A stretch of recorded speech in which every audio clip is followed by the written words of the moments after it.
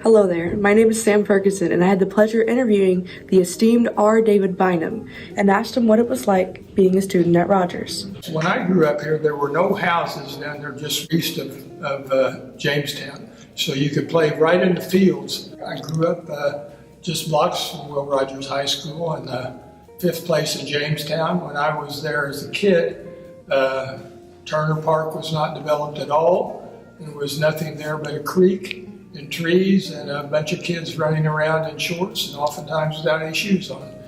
But I remember looking up the hill every day and seeing this majestic building that looked like a castle or something magnificent, and I could not imagine coming to this school. He graduated Westminster College and entered the oil business, but he couldn't find meaning in his work, so he decided to start tutoring disadvantaged middle school and high school students in math and science. Well, when I graduated from college, being from Tulsa was the oil capital of the world then. So I wanted a job. I got a job in the oil business. It was a great job. I mean, I was on the way to doing something at Shell. I didn't know what. The work I did was what they told me to do, not what I wanted to do. And I remember I would go out for lunch with the executives and the other folks, and we'd be sitting there. I remember sitting there eating soup once with these folks, and I picked up the soup and my hand started shaking, and I just said, my God, what am I doing with my life? And I was late 20s. I was old enough to be in the right career, but all of a sudden I realized that just by not making choices, but just by following path of least resistance, I've been very successful in something that in all probability was not going to make me happy. And it took me quite a while to get my bearings and go back to school, find the career that I wanted, get the education and so forth. But all that time was very well spent. I mean, I made a lot of mistakes, but I feel like I learned from them. They were of great value, and I wouldn't change it for anything. Following that question, I asked Dr. Bynum what made him decide to change his career. Once I decided what was really important to me, it was self-evident, and I wanted to do something of value. And I knew what education had done for me because it changed my life and opened so many opportunities. So my career basically is providing opportunities in education, specifically math and science, for the next generation. I also wanted to know about some of the challenges he faced while working in high-challenge schools. The first grant I ever got was to work with high-needs, underrepresented community college students who wanted to develop their science and math careers and skills. They came up to me and they said, Dr. Bynum, we want you to open the labs at night because we would like to come back and work at night.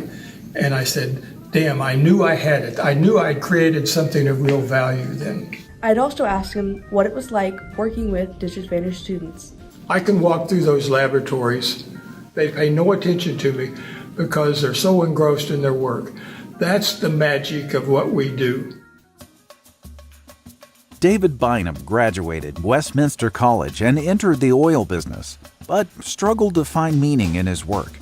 During this time, he tutored economically disadvantaged middle and high school students in math and science and found their lack of preparation surprising, but their progress inspiring.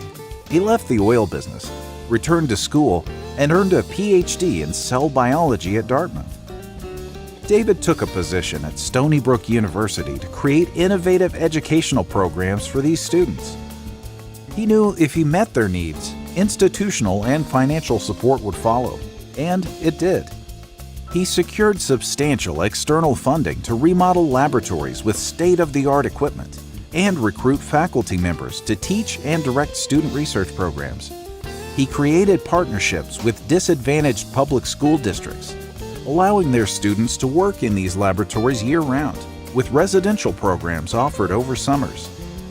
He created fellowships for scientists interested in teaching so they could gain educational credentials and bring high-level expertise directly into middle and high schools.